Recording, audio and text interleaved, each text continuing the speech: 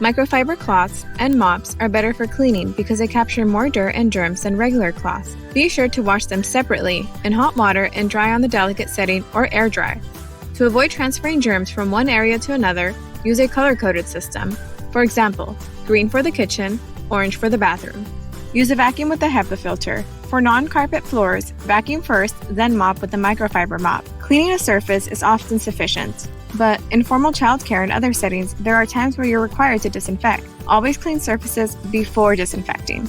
Then, when safely disinfecting, be sure to leave the disinfectant glistening wet on the surface for the contact time listed on the product. This step is one of the most important steps in effectively disinfecting. To remove germs from objects that kids put in their mouth, use a food contact sanitizer. Remember, if an illness is spread through the air, disinfecting will not stop its spread.